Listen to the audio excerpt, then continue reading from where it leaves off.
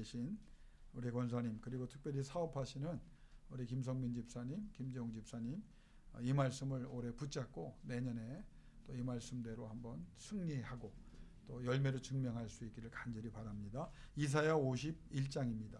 1029면에 있습니다. 구약성경 1029페이지.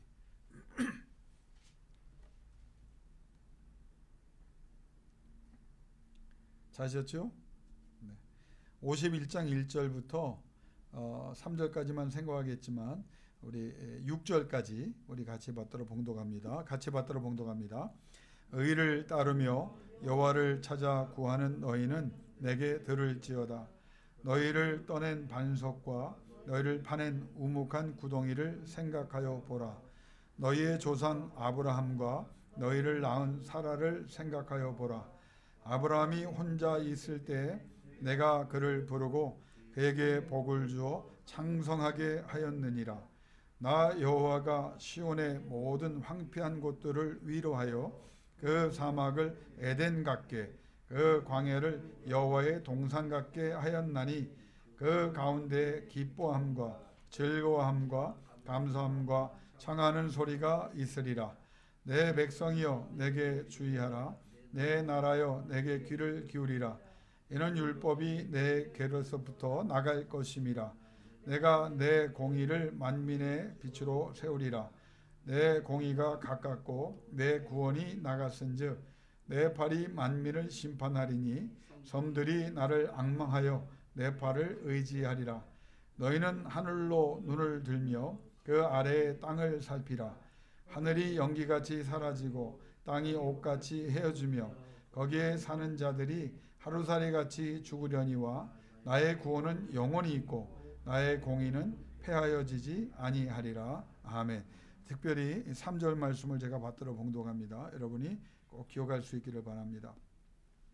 나 여호와가 시온의 모든 황폐한 곳들을 위로하여 그 사막을 에덴 같게 그 광야를 여호와의 동산 같게 하였으니 그 가운데에 기뻐함과 즐거움과 감사함과 창호하는 소리가 있으리라. 아멘. 여호와께서 우리에게 주시는 음성입니다. 이 이사야 51장의 말씀은 제가 주일 오후를 중심으로 지난 4주에 걸쳐서 말씀을 생각하고 나눠봤습니다. 그런데 특별히 51장 내용이 너무 중요한 내용이 많거든요. 그래서 이 말씀을 묵상하고 또 주석하고 또 기도하다 보니까 우리가 이 힘든 시대를 살아갈 때 붙잡아야 될 말씀이 다 성경 말씀 전체지만 특별히 우리 권사님과 우리 집사님들이 또 사업을 하면서 또 하나님 앞에 기도할 때 이 말씀을 기억하면서 이 말씀대로 되어지기를 소원하면서 이것이 하나님의 영광이 드러나는 하나님께서 기뻐하시는 기도 제목, 응답의 역사가 있기를 원합니다. 라고 붙잡을 때 하나님께서 힘들고 어려운 때 반드시 그 능력을 우리 귀한 자녀들에게 허락해 주실 줄로 믿습니다. 여러분, 인간이요 살아가면서 많은 어려움도 있고 또 두려움이 있습니다. 그런데 그 두려움이 어디에서 시작됐습니까? 우리가 살아가면서 항상 두려워하거든요. 온갖 종류의 두려움을 다 겪습니다. 그런데 그 두려움은 어디에서 시작됐냐면 창세기 3장 특별히 아담과 하와가 하나님께서 명하신 선악과를 따먹지 말라고 했을 때 그걸 지켰으면 괜찮은데 그거를 따먹고 범죄하면서 두려움이라는 단어가 성경에 처음 나옵니다.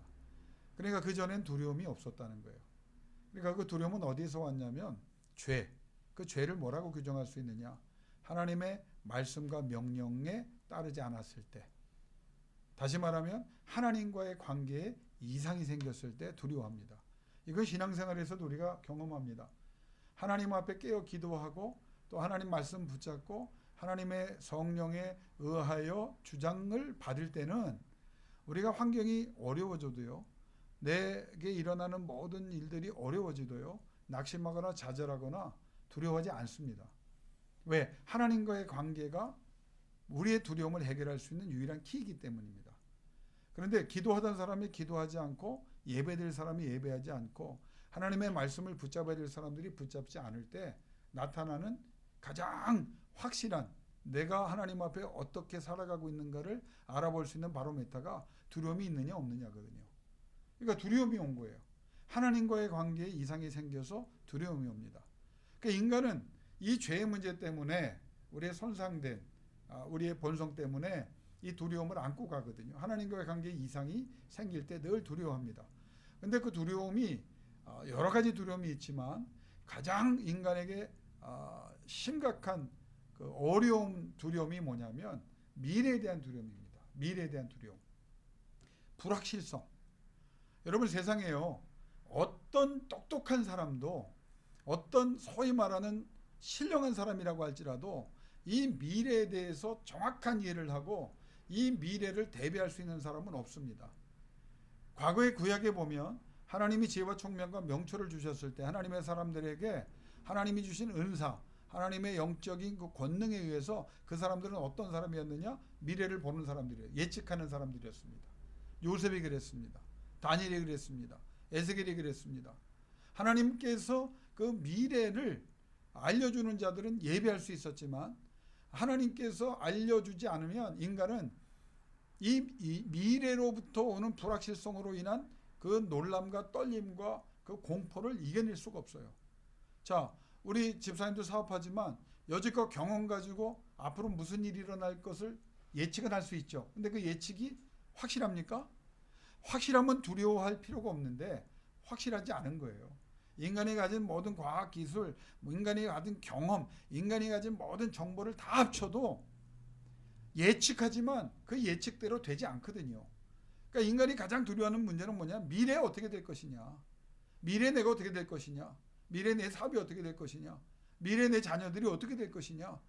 그것만 생각하면 우리는 두려워지는 거예요. 왜? 알 수 없는 세상을, 알 수 없는 차원의 세계를 우리가 어떻게 알 수 있겠어요? 그러니까 그것은 우리 힘으로 할 수 있는 게 아니기 때문에 우리는 두려워한단 말입니다. 그러면 이 두려움의 문제는 모든 지식과 경험과 과학기술과 정보들로 모아 분석해도 예측이 안 되는 절대 예측 불가의 차원의 세계거든요. 특별히 코로나 바이러스 시대를 우리가 살아가면서 지금 미래를 예측하는 사람이 누가 있어요? 지금 기가 막힌 일을 겪죠. 백신이 나오기를 많은 사람들이 고대했어요. 그래서 세계학교에서 백신이 이제 나온다고 말하죠. 백신이 접종을 시작하기도 전에 뭐가 나왔습니까? 변종이 나왔어요. 그러니까 코로나 이 바이러스에 대해서 이미 아는 많은 의학자, 과학자들이 염려했던 게 뭐냐면 이게 럭비공 같아서 어디로 튈지 모른다는 거예요. 그러면 백신도 지금 그걸 우리가 맞긴 맞아도 그게 해답이 아닙니다. 이 코로나 바이러스 문제가 해결돼. 그럼 치료제가 언제 나오냐? Nobody knows. 아무도 모릅니다. 언제 올지. 지금도 변종이 일어났는데 변종이 전문가들에 따르면 한 번만 일어난 게 아니라 이 변종은 어느 나라 어느 민족에 따라서 어느 환경에 따라서 계속 변종이 온다는 거예요. 그러면 이 사람이 질병으로 죽고 사는 이 전염병의 문제만이 아니라 우리가 살고 있는 지금 앞으로 일어나는 경제, 사회, 모든 외교, 국가, 인류의 문제가 지금 혼미한대로 빠져가고 있는 거예요. 그 코로나 바이러스 전에는 사람들이요 굉장히 자부심을 갖고 마치 우리가 이렇게 갈 것입니다, 저렇게 갈 것입니다, 이런 사태가 벌어질 것입니다, 많은 사람들이 열광했지만 지금은 하나도 맞지 않았다는 것에 다 동의합니다. 아무도 할 수가 없는 거예요. 사업도, 우리의 경제도, 우리의 미래도, 우리의 자녀들도 아무도 이 미래에 대해서 코로나 바이러스 시대를 통해서 어떤 일이 어떻게 일어날지 아무도 알지 못해요. 그러면 이 두려움의 문제를 해결할 수 있는 방법은 과연 무엇일까? 없느냐? 아니죠. 그 해답을 우리는 신앙인들은 그리스도인들은 알아요. 어디에서 합니까? 말씀을 통해서요. 하나님께서 계시를 통해서 예측 불가 이 상황을 이미 다 말씀하셨습니다. 저는 이 코로나 바이러스에 일어나는 현상을 보면서 갑론을박할 게 아니라 예수 믿는 사람들이, 그리스도인들이 교회에서 성도들이 성경을 처음부터 끝까지 한번 자세히 읽어보는 그런 말씀을 다시 묵상하고 상고하고 말씀 속에서 하나님의 해답과 말씀 속에서 계시를 찾아보고 말씀 속에서 문제의 해결을 얻을 수 있는 그런 영안들이 열릴 수 있기를 간절히 기도하고 있습니다. 말씀 중에 다 나와요. 징계가 왜 왔는지, 그 징조는 또 어떤 징계를 불러오는지, 어떤 문제를 불러오는지 다 알 수 있거든요. 하나님께서 우리에게 주신 가장 확실한 계시는 뭐냐? 이 말씀을 통해서요. 물론 어려움은 있어요. 이 말씀을 제대로 알고 또 제대로 된 해석을 하고 제대로 된 적용을 해야 되는데, 이걸 못하면 말씀을 알아도 이단에 빠지거나 스스로 혼미케 돼서 말씀을 알아도 거부함으로 인해서 겪지 않아도 될 일을 우리가 겪을 수 있는 그런 일들이 과거에도 있었고 지금도 있고 앞으로도 있을 겁니다. 그러니까 말씀을 읽어도 진짜 말씀이 무엇을 말하느냐, 이 어려움을 어떻게 해결할 수 있느냐. 나는 이 말씀을 올해뿐만 아니라 앞으로 내년에도 일생을 살아가면서 오늘 우리 사랑하는 교회의 모든 성도들이, 오늘 이 자리에 나온 우리의 중직들이 정말 이 말씀을 통해서 해결을 얻고 이 말씀을 통해서 모든 사람들에게 해결책을 제시해서 하나님이 영광을 거두시는 아름다운 결과가들이 일어나기를 주의 이름으로 축원합니다. 여러분이 그런 사람들이 되어야 된다는 말이에요. 자, 그러면 성경은 간단합니다. 인간과 하나님의 차이를 말한다면 이거는 비교 대상이 안 되죠. 그러나 특별히 인간과 하나님의 차이는 뭐냐? 미래에 대해서 생각해 보면 분명히 해답을 얻습니다. 미래는 우리가 손댈 수가 없어요. 미래를 우리가 만들 수가 없습니다. 내가 이렇게 하고 저렇게 하면 미래가 이렇게 되겠지? 그렇게 될 것 같아요? No! 되는 것 같지만 하나님께서 허락하시고 하나님께서 인정해 주시고 하나님께서 역사해 주셔야 그게 되는 거예요. 그러니까 이 절대 주권의 하나님이라고 말할 때 그 하나님은 어떤 하나님으로 이해하냐면 미래에 대해서 유일하게 모든 것을 결정하실 수 있는 유일한 분이라는 거예요. 그분만이 미래의 모든 것을 다 결정할 수 있다고 하는 겁니다. 자, 그러면 이사야를 통해서 우리가 이 시대뿐만 아니라 앞으로 살아갈 때 여러분이 꼭 기억해야 될 게 있어요.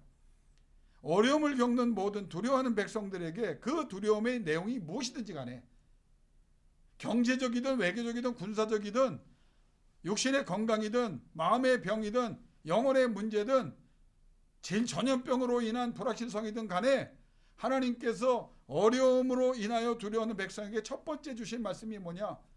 하나님을 알라는 거예요. 너무 간단합니다. 하나님을 알라는 거예요. 그래서 이사야 예레미야를 통해서 계속 주신 말씀이 뭡니까?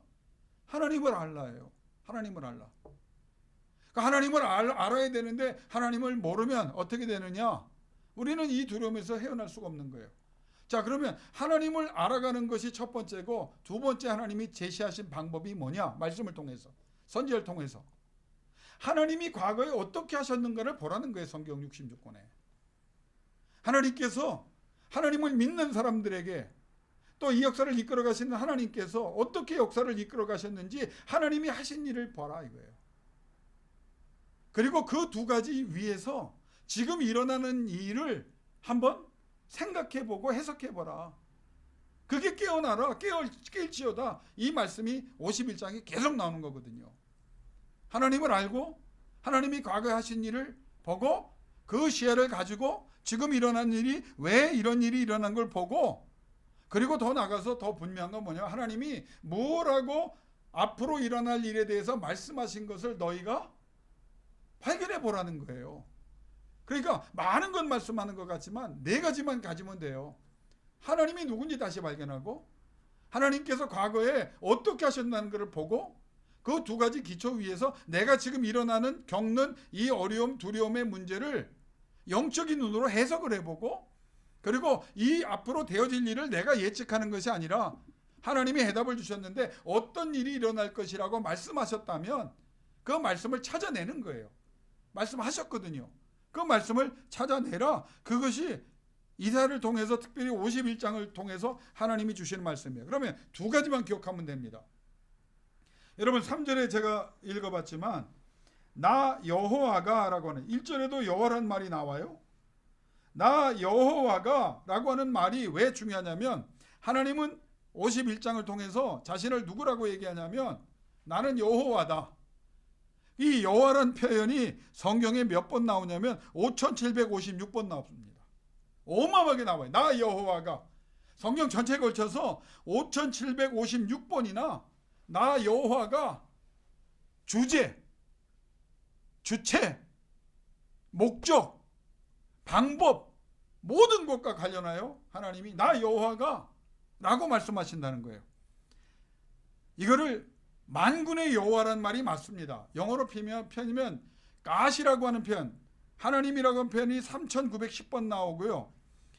더 로드라고 하는, 여호와로 번역된 더 로드라고 하는 말이 5756번 나와요. 근데 그 로드, 여호와가, 만군의 주 여호와가 누구냐? 전능하신 하나님이라고 할 때 그 전능과 관련해서는 333번 나옵니다. 그러니까 하나님이 자신을 뭐냐면 나는 절대 주권자다. 너희가 그것을 기억하라는 거예요. 환경을 보고 예측도 하지 말고, 너희가 판단하지도 말고, 너희들끼리 우왕좌왕하지 말고, 힘들고 어려울 때 시간 낭비하지 말고 누구를 기억하라? 여호와 하나님을 기억하라. 그 여호와 하나님이 누구냐? 만군의 여호와, 절대 주권의 하나님. 다시 말하면 미래의 모든 것을 주장하시고, 이 미래를 주장하실 때 모든 역사의 흐름과 사건뿐만 아니라 각 개개인의, 여기 나와 계신 한 분 한 분을 하나님이 모르신다고 생각하면 우리는 신앙 없는 거예요. 하나님이 모르는 일이 일어나지 않습니다. 하나님이 모르는 존재가 없습니다. 왜? 성경이 이렇게 말씀하셨기 때문에. 하나님이 허락하지 않은 사건도 없습니다. 다 하나님이, 그 하나님이 모든 것을 관계하시고 관심 갖고 하나님이 간섭하시고 하나님이 이끌어가시고 역사하시거든요. 자, 이게 어디서 나냐면 나 여호와란 말, 내가 만군의 여호와라고 말할 때 이 많은 뜻이 있지만 모든 것을 다 해보면 세 가지로 제가 정리해 볼 수 있다고 생각합니다. 첫째는 뭐냐? 하나님께서 모든 것의 주인이라는 거예요. 세상의 모든 것의 주인이 누구십니까? 하나님이라는 거예요. 그게 나 만군의 여호와에 나오는 거예요. 왜 마음대로 하실 수 있느냐? 내 거라는 거예요. 우주를 누가 만들었느냐? 내가 만들었다. 이게. 인간을 누가 만들었냐? 내가 만들었다. 시간의 개념을 누가 만들었느냐? 내가 만들었다. 사건에 일어난 모든 진행을 누가 결정하느냐? 내가 주인이니까 내 마음대로 한다. 두 번째는 하나님이 가장 높은 결정권자라고 하는 거예요. 인간이 권력을 갖고 능력을 갖고 여러분에게 영향력을 행사할 수 있는 사람들이, 또 경제나 국가에 대해서 어떤 위치에 있는 사람들이 어떤 중요한 결정을 내릴 수 있죠. 그런데 하나님 뭐라고 하냐면 그 결정대로 안 될 수 있다는 거예요. 왜? 그 결정을 그 위에 계신 분이 결정해 줘야 되는 거예요. 그게 누구냐? 나 만군의 여호와라고 하는 거예요. 여러분, 신앙은요, 두려워하지 말라고 말합니다. 성경도 하나님도 두려워하지 말라고 말합니다. 왜? 너와 이 하나님의 관계가 분명하다면 어떤 환경에 가서도 너희가 왜 두려워하느냐? 3절에 뭐라고 말했습니까? 사막을 에덴같이 만드는 자가 누구냐? 나 여호와다. 하나님이 자신에게 말해. 광야를 여호와의 동산으로 만드는 분이 누구냐? 나 여호와다. 그 여호와는 누구냐? 절대 주권자, 최종 모든 결정을 하시면 그대로 되게 하시는 분, 가장 높으신 분. 그래서 세 번째가 뭐냐? 나 만군의 여호와는 가장 높으신 분이다. 자, 이걸 기억하시면 돼요. 첫 번째, 말씀은 핵심이 중요합니다. 힘들고 어려울 때 누구를 기억하라? 만군의 여호와를 기억하라는 거예요. 그러면서 하나님이 1절에도 2절과 3절을 통해서 뭐라고 말씀하셨습니까? 너희가 어떤 존재였느냐? 우묵한 구덩이, 아무것도 아닌 존재였다. 근데 내가 너희를 조각품으로 최고의 가치 있는 존재로 만들어줬다. 이스라엘 백성을 향해서. 너희가 처음부터 큰 민족이었느냐? 아니다. 아브라함과 사라고는 노부부를 불러서, 성경에는 뭐냐면 only one man이라고 말합니다. 그러니까 아브라함만 지칭하는 거죠. 여자를 따지지 않으니까. 오직 한 사람이었는데 내가 many, 다수가 되게 했다. 어떻게? 하나님이 복 주시니. 여러분, 신앙을요 복잡하게 생각하지 마세요. 불가능해요. 근데 하나님이 간섭하시면 어떻게 됩니까? 가능이 되는 거예요. 결과가 오는 거예요. 쉽게 말할게요. 황폐한 곳이라고 하는 것은 이미 끝난 거예요. 가치도 없고 가능성도 없는 것이에요. 끝났어요. 내가 생각해도 내 인생이 끝난 것 같고 앞으로 소망과 희망이 없는 것 같아요. 여러분, 나는 이 한국교회가 패배주의에 빠지면 안 됩니다. 한국교회가 이러다 문 닫지 않는가? 이 교회가 누구 건데요? 우리가 하나님과의 관계에 바로 서 있고 하나님 앞에 기도하며 하나님의 뜻대로 살려고 다시 우리가 되돌아보면서 회개하고 하나님 앞에 제대로 된 길을 걸으며 하나님의 영광을 드러나겠다고 하나님 앞에 무릎 꿇고 눈물 뿌릴 때, 하나님은 우리가 아무리 황폐한 곳에 있어도, 우리가 아무리 황폐한 곳으로 만들었을지라도 에덴 동산, 여호와의 동산, 하나님께서 가장 기뻐하시는, 하나님이 거하시는 아름다운 곳을 만군의 여호와가 만들어 주실 줄로 믿습니다. 그 하나님을 믿으세요. 나는 우리 교회 기둥들이 오늘 다 모셨잖아요. 영적인 기둥, 또 이 교회가 실제적으로 지탱할 수 있도록 여러분이 얼마나 애쓰셨어요. 그러면 앞으로 어떤 환경이 벌어지고 어떤 일이 벌어질지라도 안 된다는 말 하지 마십시오. 못한다는 말 하지 마십시오. 끝났다는 말 하지 마십시오. 차라리 그럼에도 불구하고 말을 쓰세요. 세상 사람들은 그렇게 말할지라도, 내 생각에도 그런 생각이 들고 있을지라도, 그럼에도 불구하고 이건 내가 하는 것이 아니라 만군의 여호와 내 아버지께서 하나님의 영광을 위하여 내가 그렇게 살아갈 수 있도록 결정해 주시고 하나님이 이끌어 주신다는 믿음으로 승리할 수 있기를 주 이름으로 축원합니다. 그 하나님께서요 그렇게 말씀하시는 거예요. 우리가 왜 두려워하냐고요? 이 여호와를 모르는 거예요. 우리가 왜 여호와를 두려워합니까? 이 하나님이 얼마나 대단하신 분지를, 그리고 그분이 나를 얼마나 사랑하시는지 모르니까 그 하나님을 두려워하고, 그 하나님을 두려워한다는 그 하나님에 대한 믿음도 없는 거예요. 진짜 능력 있는 사람은요 황폐한 곳에 갖다 놨는데 그걸 에덴으로, 여호와의 동산으로 바꾸는 사람입니다. 진짜 신앙인을 하나님이 이 시대에 찾을 때 어떤 사람입니까? 다 못하는데, 안 된다고 말하는데, 불가능하다고 사람들이 다 공감하고 그렇게 얘기했어요. 그런데 그곳에 세워놨는데 변화가 일어나요. 진짜 실력 있는 사람은 가뭄의 때 이삭처럼 100배의 복을 받는 거예요. 남들 잘 될 때 받는 거 아닙니다. 진짜 하나님이 찾는 사람은, 지금 어둡잖아요. 난 살아가면서, 우리 권사님, 우리 집사님 마찬가지, 이렇게 허전한 송구영신 예배를 난 받아본 적이 없는 것 같아요. 올해 크리스마스처럼 말씀을 강하게 전했으면서도 불구하고 솔직한 인간적인 마음으로는 이렇게 섭섭하고 죄송한 성탄절을 처음 드려봤어요. 이게 우리의 현실이라고요. 그럼 우리는 주저앉아야 합니까? 아니죠. 이럴 때일수록 하나님, 거룩한 분노, 의의 분노, 믿음의 분노가 일어나야 돼. 하나님, 사람들이요 하나님을 우습게 생각합니다. 하나님이 없다고 말합니다. 너 예수 믿으면서 그렇게 기도했는데 무슨 결과가 있냐 말합니다.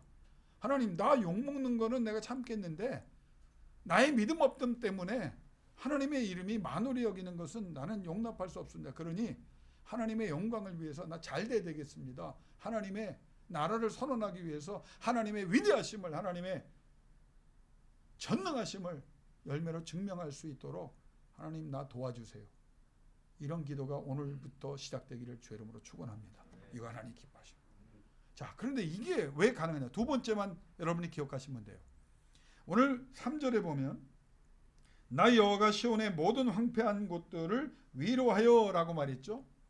그런데 개역개정에 없는 표현이 있어요. 원문에는 그게 들어가 있는데 우리 개역개정에는 없어요. 차라리 영어 성경에는 들어가 있습니다. 그게 뭐냐면 확실히 라고 하는 말이 빠져 있어요. 다시 말하면 이 구조는 이렇게, 나 여호와가 확실히 시온의 모든 황폐한 곳들을 위로하여, 확실히 그렇게 해야 되겠다는 거예요. 영어로 말하면 surely라고 하는 말이 돼 있습니다. 이게 왜 중요하냐면 하나님께서 자, 황폐한 곳이 있어? 그런데 내가 너희를 통해서 영광을 거두기로 작정하고 결정을 하면 사막에 갖다 놔도 너희는 에덴을 만들어내고 광야에 가도 여호와의 동산, 내가 거하는 곳, 아름다운 곳을 만들어내게 할 거야. 내가 너희를 통해서 그렇게 할 거야. 그런데 그 약속을 뭐라고 말하냐? 확실하게 그렇게 내가 하겠다는 거예요. 그러니까 이 첫 번째 문장을 통해서 여러분이 몇 가지만 기억하세요. 하나님께서 말씀하신 약속과 계획은 반드시 그렇게 된다. 여러분 아멘이십니까? 그렇게 돼요. 그러니까 만군의 여호와를 믿는 사람은 그 하나님이 뭐라고 말씀하신 것을 기억하느냐? 진실로, 예수님께서도 진실로를 여러 번 강조하셨듯이 구약에도 하나님이 자신의 계획과 자신의 약속에 대해서 말씀하실 때 확실하게 내가 그렇게 한다, 반드시 그렇게 되게 한다, 틀림없이 그렇게 되게 한다, 꼭 그렇게 한다. 왜? 네가 나를 바라보기 때문에, 나를 사랑하기 때문에. 하나님께서 말씀하신 약속과 계획은 반드시 그렇게 된다. 저는 가끔 그런 생각을 해요. 저를 포함해서 컨디션이 좋을 때, 다시 말하면 제정신일 때는 하나님이 나를 부르셔서 이렇게 은혜를 주셨다. 컨디션만 나빠지면 뭐라고 말합니까? 하나님이 나를 왜 부르셨나? 하나님이 부르신 건 확실한 건가? 하나님께서 정말 나를 부르셔서 이 자리까지 이끄셨는가? 하나님이 앞으로 정말 나와 함께 하실 그럴 하나님일까? 여러분, 하나님은요, 한번 여러분을 부르셨으면 끝까지 책임을 지세요. 그 전에 여러분이 아멘하고 경험을 했잖아요. 그러면 그 경험은 한 번으로 끝나는 게 아니에요. 계속 되는 거예요. 흔들리지 마세요. 흔들리는 건 하나님이 흔들리면 내가 흔들리는 거예요. 그 기도하기를, 하나님 내가 흔들리지 않기를 원합니다. 변하지 않기를 원합니다. 포기하지 않기를 원합니다. 중지하지 않기를 원합니다. 하나님 이전보다 더 하나님의 영광을 드러내기를 원하오니 주의 말씀과 주의 약속과 주의 언약과 주의 계획은 반드시 그렇게 되게 하신다. 그 말씀을 붙잡고 그렇게 되는 자리까지 내가 도달하게 하여 주옵소서. 이 기도를 하세요. 두 번째, 꼭 반드시 틀림없이 확실히라고 하는 말씀은 하나님의 의지에 선포합니다. 이 말은요, 하나님이 누구의 이름을 걸었다고요? 여러분이 잘 되고 안 되는 것에 여러분의 믿음을 하나님이 성취시켜 준 것에 누구의 이름? 하나님이 이름을 걸었다는 거예요. 실로 반드시 확실히 꼭 그렇게, 너희가 생각할 때는 더딘 것 같고 안 되는 것 같고 희망과 소망이 없는 것 같지, 그런데 믿음이 부족해서 그런 거야. 하나님이 이렇게 뭐라고 말합니까? 선언을 하신 거예요. 이거는 약속과 함께 선언입니다. 자기의 이름을 거셨어요. 왜 예수 믿는 사람들이 세상 사람 똑같이 이렇게 걱정합니까? 걱정하지 마세요. 그 시간에 기도하세요. 한숨 쉬지 말고, 속상해하지 말고, 머리 복잡하여 스스로 피곤하게 해서 쓰러지지 말고, 그 시간에 하나님의 강력한 의지를 발견하세요. 하나님이 이름을 거셨구나. 나의 인생이 이렇게 끝나지 않는다. 하나님께서 오늘 어느 성도님과 잠깐 교제를 하면서 그런 얘기를 했어요. ING입니다. 끝난 거 아니에요. 끝났다고 생각하지 마세요. 앞으로 어떻게 역사하실지 제대로 바로잡아 주시면 하나님께서 반드시 그 길을 성공의 길로, 은혜의 길로, 응답의 길로 이끌어 주실 겁니다. 세 번째는 뭐냐? 확실히 반드시 틀림없이 꼭이라고 하는 그 원어의 뜻 가운데 난 이게 참 너무 좋아요. 어떤 방해나 반대자들과 장애가 있을지라도 나는 이 일을 하겠다는 거예요. 하나님이 뭐라고 말하냐면, 안 되는 이유를, 우리가 집사님들 한번 가만히 솔직히 생각해 봅시다. 나도 마찬가지, 집사님들도. 어려움이 오면요, 처음에는 정신이 이제 좀 이렇게 깨어 있으면 될 거라고 생각하고 되는 이유를 찾아야 되고 긍정적으로 생각하죠. 근데 조금 기간이 길어지고 내가 생각하는 게 자꾸 안 돼. 그러면 나도 모르게 안 되는 이유가 생각이 나요. 안 되는 이유를 찾게 됩니다. 그런데 그게 왜 그렇게 되느냐? 만군의 여호와와 벌써 거리가 생긴 거예요. 이건 내가 원해서, 내가 간청해서 이루어지는 게 아니라 하나님이 뭐라고 말하냐면, 힘들고 어려워하는 두려운 이스라엘 백성에게, 그리고 나에게 뭐라냐면, 나 전능한 여호와가 어떤 방해나 반제들이나 장애물이 있어도, 안 되는 이유들이 아무리 많아도, 지뢰밭에 지뢰처럼 잔뜩 깔려 있어도 나는 내 길을 만들어낼 거야. 누구를 통해서? 내 자녀들을 통해서. 이게 하나님께서 말씀하신 나 여호와가 시온의 모든 황폐한 곳들을 위로하여. 마지막 뜻은 뭐냐? 하나님이 말씀하신 것이 성취될 때까지 나는 쉬지 않겠다는 겁니다. 그러니까 하나님이 말씀하시면 뭐가 와야 돼요? 결과가 와야 돼요. 이 신앙생활 하다 보면 우리 오늘 고백할 게 몇 가지 있는데, 하나님이 포기하십니까? 아니면 우리가 포기합니까? 우리가 포기해요. 다. 처음에는요 막 그냥 대단해. 목회자가 힘들 때 뭐냐면, 연약하니까 그 말을 지키게 해달라고 기도해주고 또 가르쳐주고 해야 되는데, 그 말을 또 믿고 긍정적으로 바라보고 타마이 하다가 이제 주저앉거나 뭐 없어지거나, 뭐 목회하면서 없어진 사람이 남아있는 것보다 더 많은 것 같은데 없어지는 사람들 다 없어지잖아요. 그러면은 실망해. 하나님은 그런 분이 아니에요. 한번 하나님이 여러분을 통해서 일을 시작하시면 멈추지 않고 포기하지 않으시고 계속 끝날까지 책임을 져주시는데, 그 결과가 뭐냐? 내가 너희를, 시온을, 믿음의 자녀들을, 여기는 이스라엘 자손이지만 지금은 믿음의 자손들을 위로하리라. 위로는 두 가지가 있습니다. 원문의 뜻, 니함이라고 하는 말은 하나님께서 마음으로 우리와 한 마음을 품어줘요. 힘들고 어렵지? 내가 네 마음 안다. 궁의력 있는 마음을 가지세요. 두 번째는 거기에서 끝나지 않아요. 니함이라는 하나님의 위로는 반드시 하나님이 정해주신 최고의 결과까지 하나님께서 책임져 주시고 밀어주신다는 거예요. 결론을 내릴게요. 앞으로 2021년 그 이후 어떻게 될지는 아무도 모릅니다. 많은 전문가들이 예측하기를 지금보다 더 힘들어질 거라고 말하고 그 말이 틀리지 않습니다. 그러나 무슨 일이 벌어지고 어떤 상황이 벌어져도 거기에 여러분 마음이 흔들리지 않고 그때마다 만군의 여호와를 기억하세요. 그 하나님이 내 아버지다. 그 하나님과의 관계예요.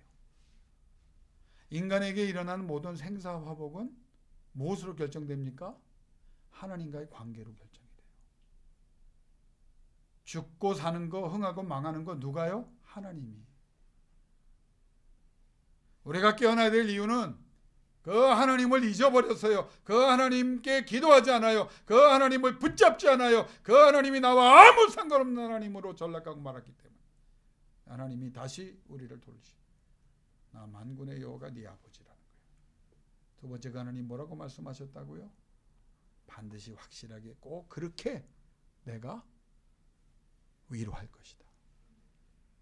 사막이 오늘 뭐 많은 분 안 나왔지만 내가 여러분에게 이제 믿음의 중요한 핵심들이 오셨기 때문에 아멘 두 번만 합시다. 사막을 에덴같이,